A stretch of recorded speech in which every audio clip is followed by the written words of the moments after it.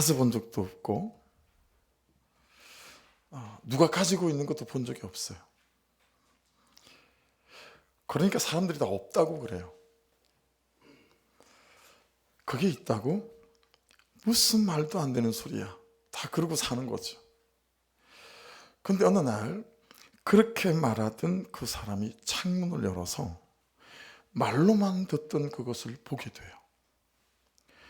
말로만 듣던 것을 만지게 되고 경험하게 되어졌어요. 그러고 나니까 이게 사실이었구나. 이게 있는 거구나. 이렇게 알게 되어진 거죠.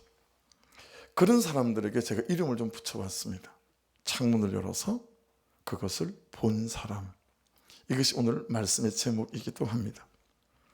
보시는 이 그림은 1916년 일본의 조선 총독부에 의해서 시작된 소록도 아시죠? 예. 그 소록도에 있는 구라탑이라고 하는 탑이에요. 아시는 대로 소록도는 한센병, 요즘은 문둥병 그러면 안 돼요. 그래서 한센병 환자들을 격리하는 그런 섬이죠. 그곳에 세운 동상인데 미가엘 천사라고 합니다. 미가엘 천사가 한센병의 병균을 박멸하는 그 형상을 본따서 저렇게 동상을 만들어 세웠다고 합니다. 지금은 한센병이라고 하지만 우리는 정말 오랫동안 문둥병이라고 불렀고 사실은 성경에도 문둥병이라고 번역을 해두었습니다. 이게 얼마나 지독한 전염병으로 사람들이 인식했냐면 이 한센병에 걸린 사람이 길을 가잖아요. 그럼 반대편에서 이제 정상인 사람들이 길을 걸어오면 아주 크게 팔을 휘둘러야 해요. 그리고 자기가 한센병에 걸려있다는 사실을 표시해야 돼요. 만일 그러지 않으면 이 주민들한테 돌로 맞아 죽는 일이 종종 있었다고 합니다. 더 큰 문제는 뭐냐면 한센병 환자가 걸어가는데 반대편에서 이제 사람들이 동네 주민들이 걸어오잖아요. 그런데 하필이면 바람이 이 한센병 환자 뒤에서 불어오는 거예요. 그럼 바람이 불어서 어디로 가죠? 이 동네 주민들한테로 가잖아요. 그 당시에는 어떻게 생각했냐면 이 바람이 한센병의 병균을 실어서 자기들이 옮는다라고 생각했기 때문에 이 마주오는 사람들이 있는데 내가 걷고 있는데 바람이 내 등 뒤에서 불면 한센병 환자들은 죽자 살자 달려서요 바람의 반대편 방향으로 막 뛰어야 돼요. 그러지 않으면 또 돌에 맞아 죽는 일이 종종 있었다라고 하는 것입니다.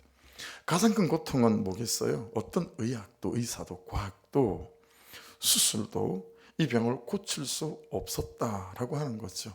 그래서 하나님이 포기한 사람들, 하나님에게 저주받은 사람들이라고 모든 사람들이 여겼다라는 거고 자신들도 그렇게 생각을 했습니다. 그래서 여러분 중세시대 때 이 한센병이 맞다라고 의사의 확진이 딱 떨어지잖아요. 그러면 예배를 드린 다음에 이 사람들을 격리시켰습니다. 저 산속 같은 데다. 이때 예배 드릴 때 예배 제목이 뭐냐면 장례식 예배였습니다. 살아있는데 한센병에 걸리는 순간 죽은 자로 취급을 한 거죠. 이게 한센병이었습니다. 그런데 여러분 1957년 프랑스에 있는 피안지라고 하는 지역의 소나무 숲에서요 리파마이신이라고 하는 한센병을 치료하는 초기 마이신이 발견이 됐습니다. 그리고 1982년도 세계보건기구 많이 들어보셨죠? WHO.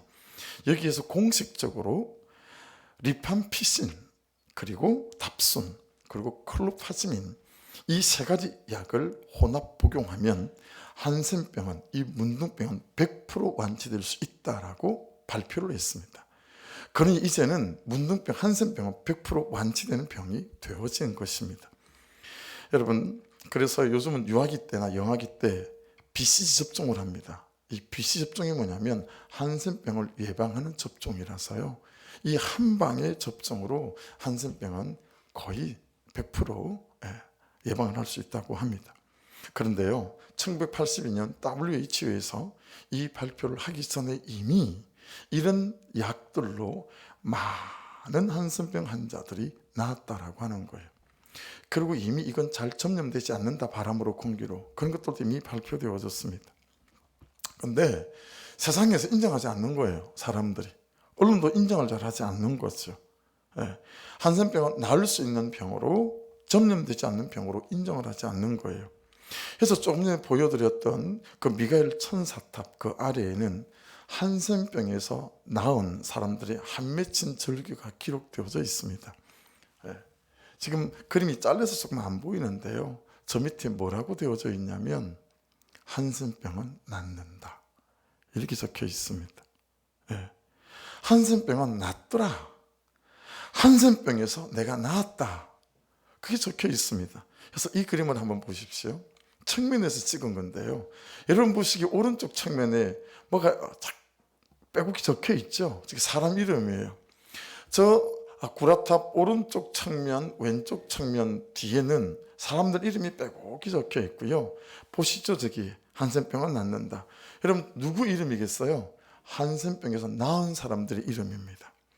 저 구라탑을 만들기 직전까지 한센병에서 나은 사람들이 한센병은 낫는다, 그리고 자기 이름을 저렇게 전부 다 기록해 놓은 거죠. 보라는 거예요. 한센병은 낫는 병이니까. 이 사람들 또한 제가 제목을 단 것처럼 창문을 열어서 그것을 본 사람들이고, 창문을 열어서 그것을 경험한 사람들이고, 창문을 열어서 그것을 누려본 사람들입니다. 그래서 그들이 말하는 거예요. 한센병은 낫는다.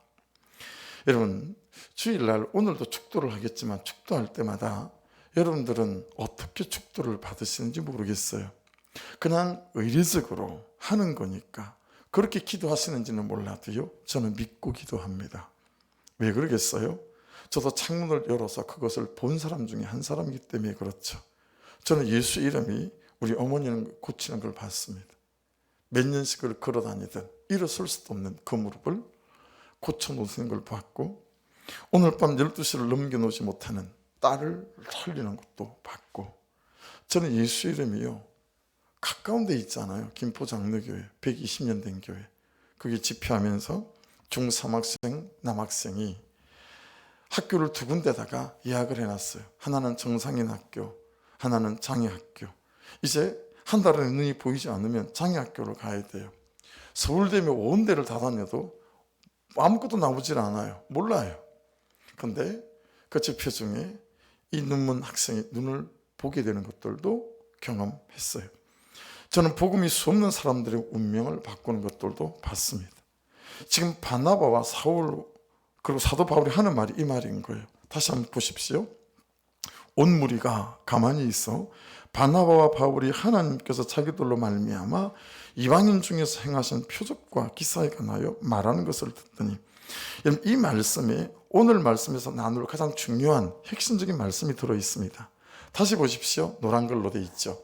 온 무리가 가만히 있어 바나바와 바울이 하나님께서 자기들로 말미암아 이방인 중에서 행하신 표적과 기사에 관하여 말하는 것을 듣더니, 여러분 핵심을 딱 추리면 그거예요. 하나님께서 행하시더라라는 거예요. 하나님께서 나에게 행하신 것처럼, 하나님께서 여러분에게 행하신 것처럼 하나님께서 이방인 그들에게도 하시더라. 할렐루야. 그 얘기하는 거예요. 하나님께서 하시더라, 하나님께서 행하시더라, 하나님께서 일하시더라. 우리에게 하신 것처럼 예수 그리스도 이름을 믿는 그들에게도 하나님이 일하시더라는 것입니다. 여러분, 하나님은 지금도 역사하십니다. 아멘이십니까? 아멘이십니까? 여러분, 행하신, 포예오라고 하는 이 단어는 창조하다, 만들다, 행하시다, 그런 뜻을 갖고 있는 단어이거든요. 이런 거죠. 내 인생에 강을 만났는데 그 고난이란 인생의 강을 건너지 못해서 발을 동동 구르고 있는데, 그 고난이란 강을 건널 수 있는 다리를 만들어 내시더라는 거죠. 내 인생에 더 이상 버틸 힘도 견딜 힘도 없어서 오늘 죽을까 내일 죽을까 하고 있는데, 그 지독한 현실을 버티고 견디고 이겨낼 용기와 힘을 주시더라는 거예요. 짧은 동영상 하나 보실까요?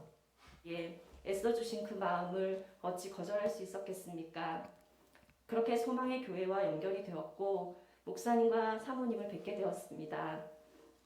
사모님을 처음 뵙기로 약속했던 그날 새벽에 잠을 쉽게 이룰 수 없었던 저는 복잡한 생각 속에 있다가 더 이상 삶에 대한 소망이 없다. 내 인생은 실패한 인생이다 하는 마음이 너무 강하게 들면서 어둠의 그림자가 저를 덮쳐오기 시작했습니다. 저는 어디에 이끌리듯 베란다로 나가서 창문을 열었고 2차로 방충망을 열려고 하자 열리지가 않았습니다. 몇 번을 힘주어 낑낑거리며 씨름을 했더랬습니다. 그러다 그만 바닥에 주저앉아 울음이 터지기 시작했는데 그 울음소리는 정말이지 짐승의 울음소리와 같았습니다. 얼마나 울었는지 한참을 그렇게 꺽꺽 소리를 내며 울다가 퉁퉁 부은 눈으로 결국엔 방으로 돌아왔지요. 울감으로 사로잡혀 있던 저는 여기까지만 보죠. 이미 여러분이 지난 성탄절 때 여기서 직접 들은 한한나 집사님의 묵상 간증이잖아요. 내일부터 시작되어지는 목금등 세미나 우리들 교회에서 우리 소망의 교회 성도들의 묵상 간증을 좀 사용하기를 원했습니다. 한 500명 정도 목사님들이 모이는데 저희 교회 묵상 간증 좀 나누고 싶다라는 제안이 와서 여러분들이 묵상 간증 한 것들을 많잖아요. 그것들을 처음 좀 보기 시작했어요. 그러면서 참 은혜가 있더라고요. 참 많이 감사가 있더라고요. 청년들 안에 일어났던 일들, 중고등부 학생들 안에 일어났던 일들, 혜리 믿고 또 다시 보는데 얼마나 또 은혜가 있는지. 여러분, 우리 소망의 교회 안에도요, 창문을 열어서 그것을 보고 만난 사람들이 있다는 사실에 너무 감사가 됐습니다. 한하나 집사님이 12년 남편과 함께 살았거든요. 이 남자랑 더 사는 것이 죽을 만큼 힘든 고통이라 이혼 준비가 내일 모레였죠. 자신의 인생이 절망스러워서 그 새벽에 베란다에서 뛰어내리려고 여러분 시도를 하다가 마지막 방충망 문이 열리질 않아서 저렇게 짐승의 소리를 내면서 울부짖었다라고 하는, 그렇게 짐승처럼 울던 그 집사님이 말씀 앞에 서기 시작하시면서 지금은 감사 가운데 살아가고 있지 않습니까? 여러분, 하나님은 하십니다. 그리고 하나님의 말씀도 역사하십니다. 몇 주 전에 이 가족을 교회로 초대해서 일정 카페에서 식사를 했는데요, 한하나 집사님 남편이 그러시더라고요. 목사님, 우리 아이가 달라졌어요 라는 프로그램 있잖아요. 근데 우리 집은 우리 아내가 달라졌어요. 그렇게 얘기를 하더라고요. 여러분, 같이 사는 남편이 아내를 향해 그렇게 말하기 쉽지 않잖아요. 이혼 누구도 집사님이, 하나님 집사님이 먼저 했어요. 여러분 어떻습니까? 여러분들은 창문을 열어서 그것을 본 사람들이 있습니까? 곰곰이 질문해 보십시오. 살아있는 동안에 이 땅을 넘어 죽고 난 다음에 영원한 삶, 요즘 저는 영원한 삶이라는 단어가 너무 좋습니다. 영원한 삶, 저 천국이 믿어지고 이 숨막히는 오늘을 이기게 하는 힘이 되십니까? 오늘 말씀해 보시면 하나님께서 자기들로 말미암아 이방인 중에서 행하신 표적과 귀사에 관하여 말하는 것을 듣더니, 여러분 지금 바울과 바나바가 어디에 와 있죠? 예루살렘 교회에 와 있죠. 어디서 보냈어요? 안디옥 교회에서 보냈어요. 여러분 안디옥 교회 와서 예루살렘 모든 장로들 성도들 앞에서 이방인들에게 일어난 표적과 기사들을 얘기하는 걸 이 사람들이 다 듣고 있었다라는 거예요. 표적은 토건이라고 합니다. 요즘 세대는 토건을 모르죠. 우리 자랄 때는 토건이 있었어요. 그래서 50원짜리처럼 생겼는데 가운데 구멍이 뚫려 있었죠. 이 토건을 내고 우리가 버스를 타고 다녔습니다. 돈은 아니지만 돈의 역할을 대신하는 거죠. 그러니까 표적은 그 자체가 하나님은 아닙니다. 그런데 그 표적을 보면서 하나님을 하나님으로 인정할 수밖에 없는 증거물, 이런 게 되어지는 거죠. 그래서 표적을 토건 또는 증거물이라고 부릅니다. 그래서 표적은요, 하나님이 안 보여요. 하나님이 만져지지도 않아요. 그런데 그 보이지 않는 하나님을 살아계신 하나님으로 인정할 수밖에 없는 증거나 사실들이 내 삶에 일어난 것을 표적이다, 그렇게 말을 합니다. 그러니 예수 이름으로 질병을 고침받는 것도 표적이고, 예수로 말미암아 빛뜸에서 일어나 불을 이루어가는 것도 표적이고, 새벽에 자살하려고 베란다에서 창문을 열어서 치던 사람이 감삼으로 살아내고 있는 것도 표적인 줄로 믿습니다. 그런데 여러분, 여기서 한 가지 중요한 걸 좀 짚고 넘어가려고 합니다. 이 표적에 대하여 세상이 속이고 원수마귀가 속이는 게 있습니다. 그게 어떤 거냐면, 잘 되어지는 것, 낫는 것, 이것만 표적으로 보게 한다라고 하는 것입니다. 여러분, 사도 바울은 지금 이 시간 이때도 뇌전증을 갖고 있었어요. 우리가 흔히 아는 말로 간질입니다. 여러분, 바울 사도가 어떤 사람인지 아시죠? 예수보다도 사실은 더 큰 능력들이 일어났던 사람이었습니다. 말씀을 전할 때마다 눈먼자가 눈을 뜨는 역사, 안전병이 일어나는 역사들, 오죽하면 이 사도 바울이 지나갈 때 그 그림자라도 비추면 질병이 낫는 역사들이 나타나니까 바울 사도가 지나갈 때 그림자를 막는 사람들에 대해서 막 혈기를 부리는, 바울 사도가 사용하고 있는 손수건을 환자들에게 올리면 병들이 낫는 희한한 표적이 일어났던 그런 사람이었어요. 이 사도 바울이 그런 엄청난 위력이 있는 집회를 끝나고 내려가는 순간 간질이 발작을 하는 거예요. 사지가 뒤틀리고 거품을 물기 시작하고. 간질 환자 보신 적이 있었어요? 전 기숙사에 그런 선배가 있었습니다. 갑자기 발작을 합니다. 식사하다가, 테니스 치다가. 그러니 얼마나 마음이 어렵겠어요. 여기서 복음의 권세와 능력을 말했는데 그걸 끝내고 내려가는데 강대상교에서 몸이 뒤틀리니 3번이나 절박하게 기도했어요. 하나님, 이 간질을 고쳐주십시오. 그때 하나님이 이렇게 대답했습니다. 고린도후서 12장 9절 같이 읽겠습니다. 나에게 이르시기를 내 은혜가 내게 족하도다. 이는 내 능력이 약한 데서 온전하여 짐이라 하신지라. 그러므로 도리어 크게 기뻐함으로 나의 여러 약한 것들에 대하여 자랑하리니 이는 그리스도의 능력이 내게 머물게 하려 함이라. 여러분, 뭐라고 얘기하는 거예요? 간질을 자랑하고 다녔다는 거예요. 왜요? 여러분, 사람은 못 믿습니다. 이 땅에 믿을 만한 사람은 없습니다. 손수건만 얹어도 병자들이 벌떡벌떡 살아나니까 얼마나 교만하기가 십상이겠습니까? 그러니 하나님은 끝까지 사도 바울을 쓰고 싶었어요. 끝까지 겸손하게 하나님을 바라보는 사람으로 그를 살게 만들고 싶었어요. 그래서 끝까지 주를 구하고 찾는 사람들에게 예수 이름으로 병 낫는 역사가 사도 바울을 통해서 나타나길 원하셨어요. 그래서 사도 바울이 교만하지 않도록 이 간질을 하나님께서, 야, 네가 이걸 붙잡고 있어야 내 능력이 너를 통해 나타나지 않겠니? 라고 여러분, 하나님이 간질을 고쳐주지 않으셨다는 거예요. 그래서 사도 바울은 이 간질을 자랑하고 다녔대요. 내가 약한 데서 내가 하나님의 그분의 근세가 드러난다 라고 하는 거죠. 사랑하는 여러분, 이런 게 진짜 하나님이 살아계신다는 표적 아닐까요? 자식이 바뀌질 않아요. 남편이 바뀌질 않아요. 몸부림치고 사는데 현실도 그저 그래요. 그런데 감사함으로, 기쁨으로 살아내는 거예요. 제가 이 말씀을 준비하면서 적응증이 하나 생겼어요. 여러분들이 좀 도와주셔야 되는데,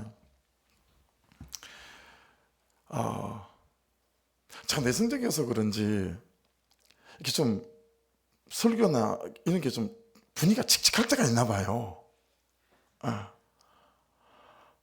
그래서 제가 어떻게 하기로 했냐면, 인사할 때 집사님 이렇게 하기로 했어요. 근데 이게 안 해오던 방식이라 차 안에서 혼자서 지금 며칠째 연습을 하고 있어요. 항상 미친 사람처럼 제가 연습하고 난 다음에 내가 얘기를 하는 거잖아요. 집사님, 할렐루야. 내가 하면서 어색해가지고. 그래서 이제 내일부터 내가 그렇게 살려고 하거든요. 혹시 제가 그러더라도, 우리 목사님이 아침을 잘 못 드셨나 보다, 이렇게 생각하지 마시고 이해해 주시길 바랍니다. 네. 그래서 제가 만날 때, 집사님, 아이고, 할렐루야. 제가 며칠 갈는지, 제가 제 스스로에게 힘이 들어서, 뭐 어떻게 되는지는 모르겠습니다만은, 그래서 전사님 우리 찬양도 하고 주일에 할 때 막 밝고 그냥 기쁜 찬양으로 좀 당분간 해주십시오. 할렐루야. 막 춤추고 이런 거 있잖아요. 그래서 제가 이제 그렇게 하려고 하니까요. 혹시 우리 목사님이 약간 정신이 이렇게 여기지 마시고, 제가 막 그렇게 하겠습니다. 선생님 반갑습니다. 시작하겠습니까? 막 글쎄 모르겠어요. 여러분 진짜 표적은요 뽀득뽀득 맞죠? 그것도 표적이죠. 근데 진짜 표적은 아무것도 달라지는 게 없는데, 내가 그 집사람을 볼 때 너무 기쁘게 살아, 너무 감사하며 살아. 이게 진짜 표적 아니겠어요? 그죠? 이게 진짜 감격이고 표적인 것 같아요. 그죠?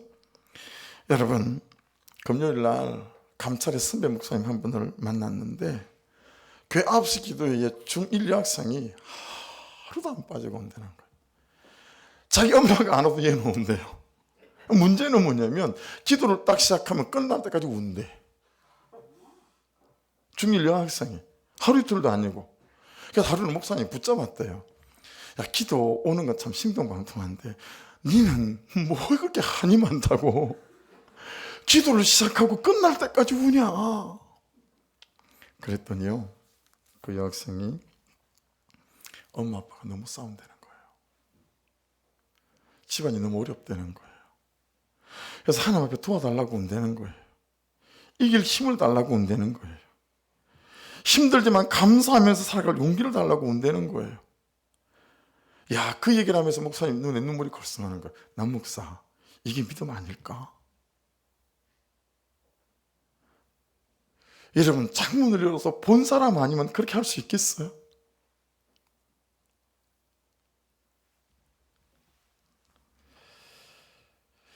이런 것들이 믿는 자에게 있어야 되는 표적이고, 그리고 나타나야 되는 기사인 줄로 믿습니다.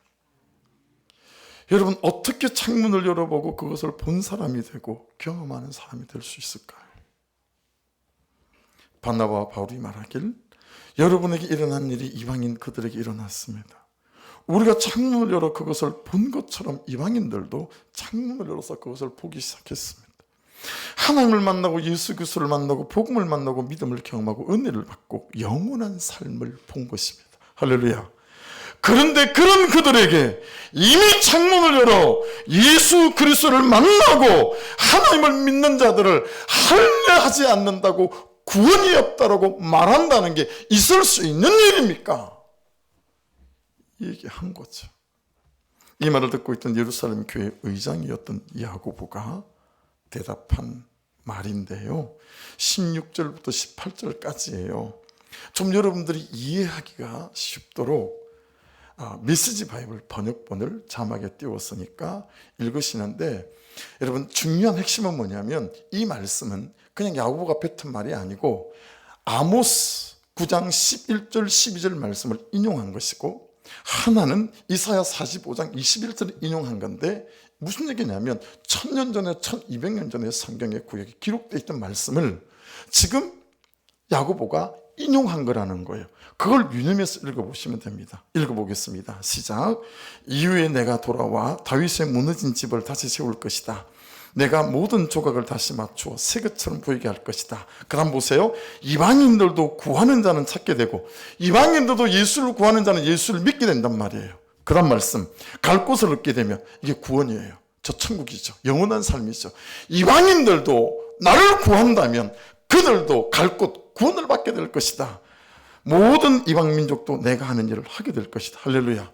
언제적 얘기라고요? 1000년 전에 1200년 전에 해놓으신 약속의 말씀이라는 거죠.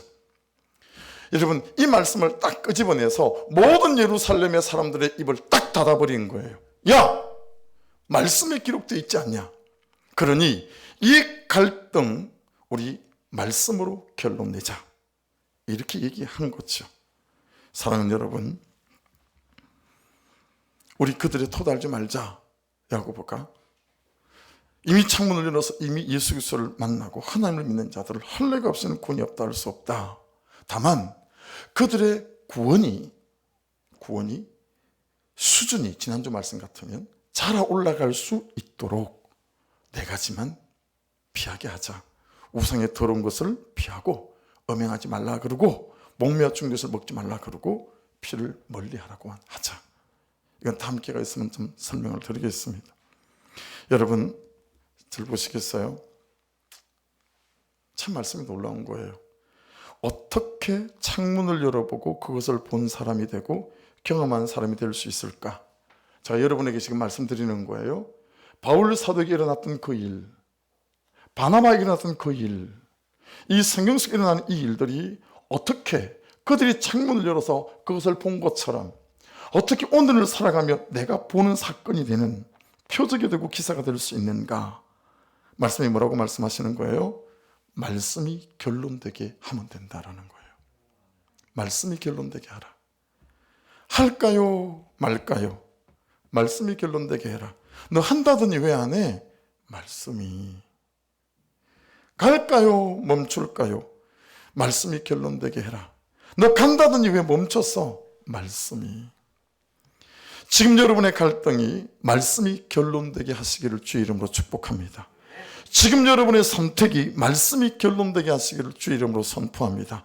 가라 그러면 가십시오. 말씀이 멈추라 그러면 멈추십시오. 말씀이 놓아라 그러면 놓으십시오. 말씀이 무릎을 꿇으라 그러면 무릎을 꿇으시고, 말씀이 주라 그러면 주십시오. 말씀이 내 결정과 내 선택에 결론되게 하시면 그들에게 일어나는 일이 나에게 일어나게 될 줄 믿습니다. 그들이 말씀이 결론되게 해서 창문을 열어 그것을 본 것처럼 오늘을 사는 저와 여러분도 여러분의 결정과 선택에 인간의 계산을 내려놓고 말씀이 결론되게 하시면 하나님을 만나며 예수 그리스도를 보며 복음을 만나고 믿음을 경험하고 복음이 실제되는 역사가 일어나게 될 줄로 믿습니다. 많은 분들이 저희 가정에게 물어보세요. 제 아내에게도 물어보시고 저에게도 물어보시고, 목사님 어떻게 그런 재정으로 아이들을 교육하고 살아갈 수 있습니까? 근데 여러분 다음에 물어보실 때는 그렇게 물어보지 마시고 이렇게 물어봐 주십시오. 사모님 어떻게 그런 결정과 선택을 할 수 있어요? 라고 물어봐 주십시오. 제가 신학교 1학년 2학기 때 사역제를 결정하기 위해서 40일 아침 금식을 하며 기도했습니다. 제 개인적인 이야기라 좀 조심스럽긴 하지만 조금 멈칫하다가 그냥 나눕니다. 일주일을 남겨뒀는데 응답이 있었어요. 학생처장이신 저를 많이 아껴주시던 신규호 교수님께서 저를 불렀어요. 처장실로. 야 기훈아, 너 사역 이제 시작해야 될 때가 되지 않았어? 어떤 목사님이 전도사를 좀 구해달라고 부탁을 했는데 네가 딱 생각이 나더라.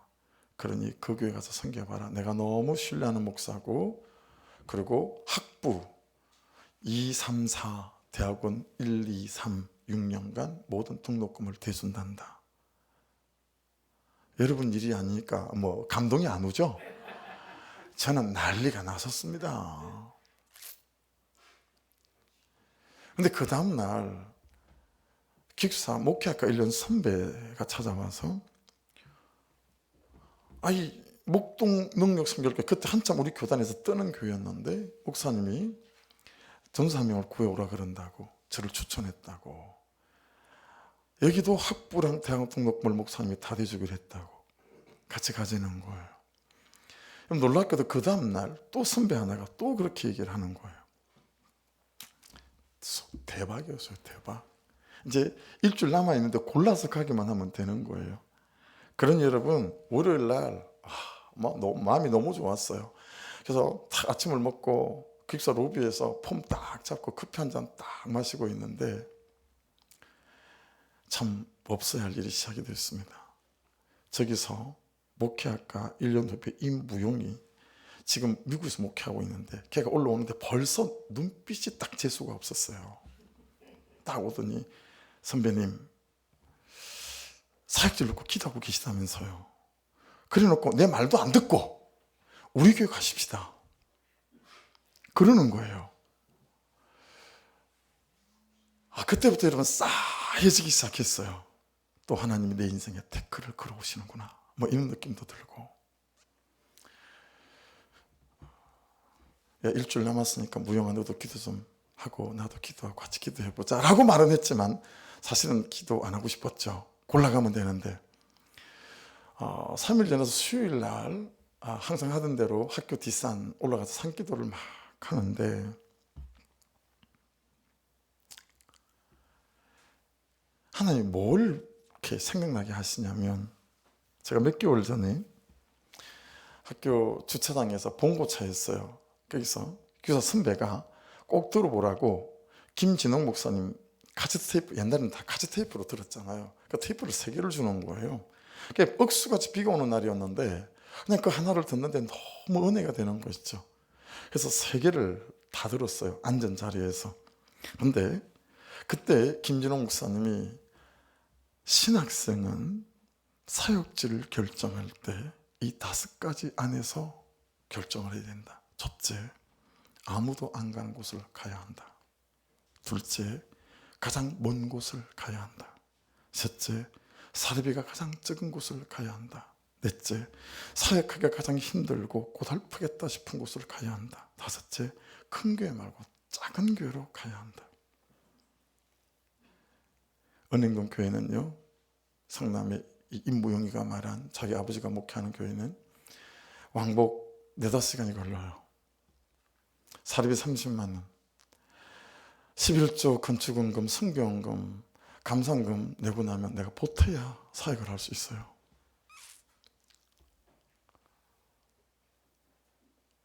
이 5개가 그 봉고차 안에서 비가 억수같이 오는 날 들을 때 여러분 그렇지 않던가요?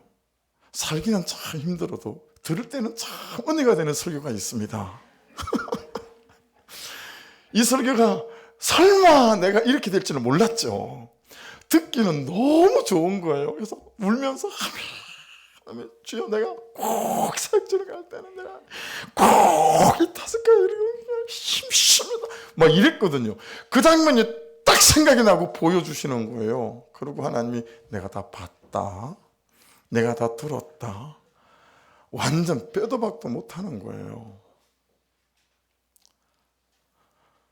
내가 진짜 그런 낙담을 해본 적도 없는 것 같아요. 너무 낙담이 돼가지고 그놈의 새끼, 걔가 엉망이 되는 거예요. 왜 나를 그날 아침 찾아와가지고. 그 교회를 갔어요. 하나님이 보내신 곳이다 생각해서 정말 전심을 다했어요. 가보니 수요 찬양 예배를 찬양을 안 드려요. 그냥 목사님이 바로 설교를 하시고, 금요일도 그래요. 그래서 그 먼 거리를 수요 찬양 인도하러 다녔어요. 맨날 가는 거예요. 매주 수요 예배 찬양 인도하러 가는 거예요. 그 찬양 2곡 인도하려고 그 먼 거리를 가는 거예요. 그리고 금요 철야 예배도 내가 찬양 인도 목사님 제가 하겠습니다. 또 가는 거예요. 그리고 철야 예배를 드리고 방이 없어. 그냥 예배실 골마루, 옛날 골마루.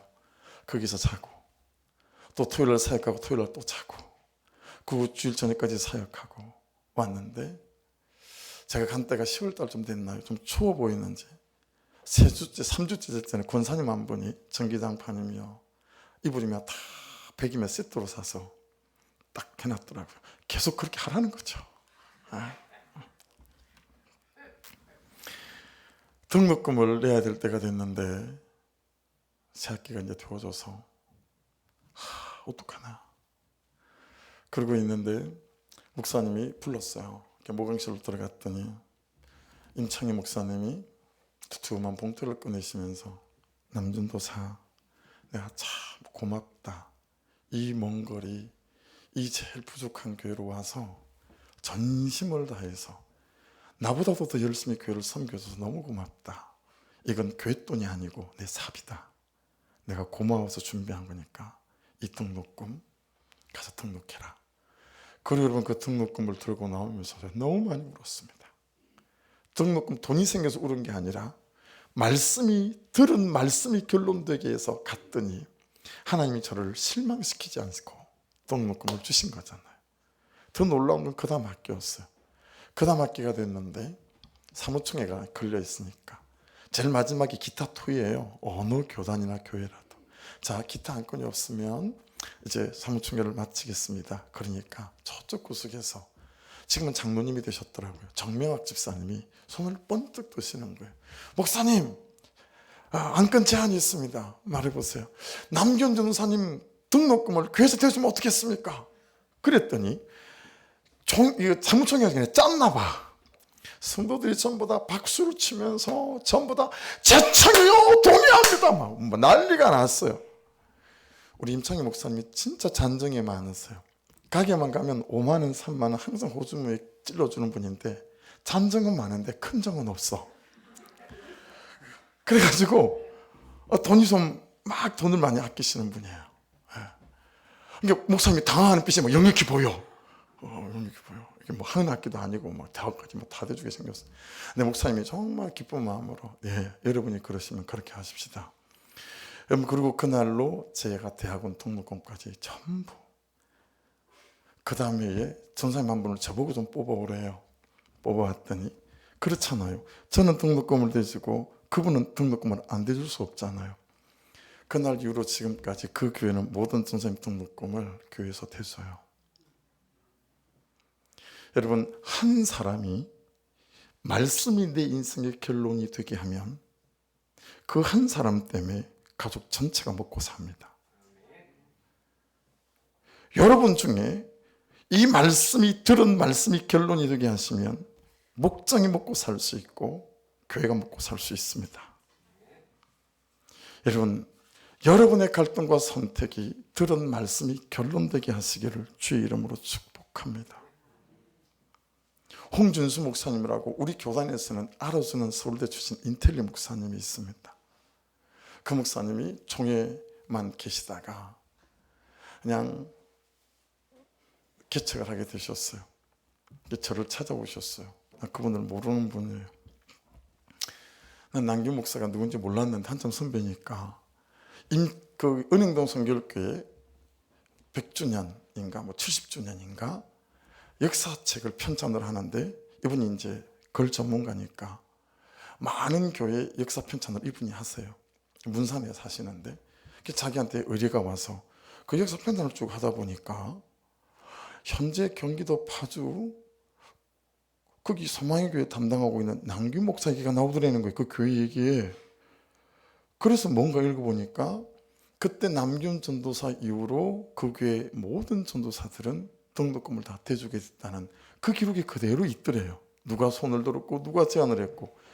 그러면서 그게 혹시 파주감찰의 남균 목사인가 하고 확인을 해봤더니 저라는 걸 확인하게 된 거예요. 그래서 저랑 밥 함께 하자고 그러고 온 거예요. 여러분 한 사람이 말씀이 결론이 되게 만들면 예수의 흔적이 남습니다.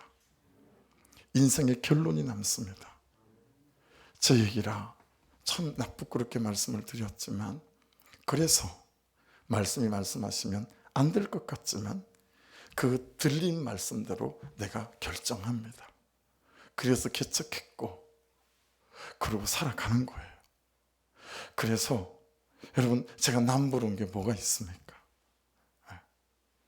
사랑하는 여러분 말씀이 결론되게 하셔서 여러분도 사시고 여러분 때문에 모두가 살아나는 창문을 열어서 그것을 본 사람 되시고 만진 사람 되시기를 주의 이름으로 축복합니다. 말씀이 결론되려면 뭐가 있어야 돼요? 말씀이 있어야죠. 말씀이 있으려면 말씀 앞에 나가야 되겠죠. 말씀이 있으면 뭐합니까? 말씀을 쓰지 않으면 말씀을 삶으로 가져와 적용해야 되겠죠. 그때 우리에게 말씀이 결론되는 역사가 나타날 줄 믿습니다. 기도하십시다.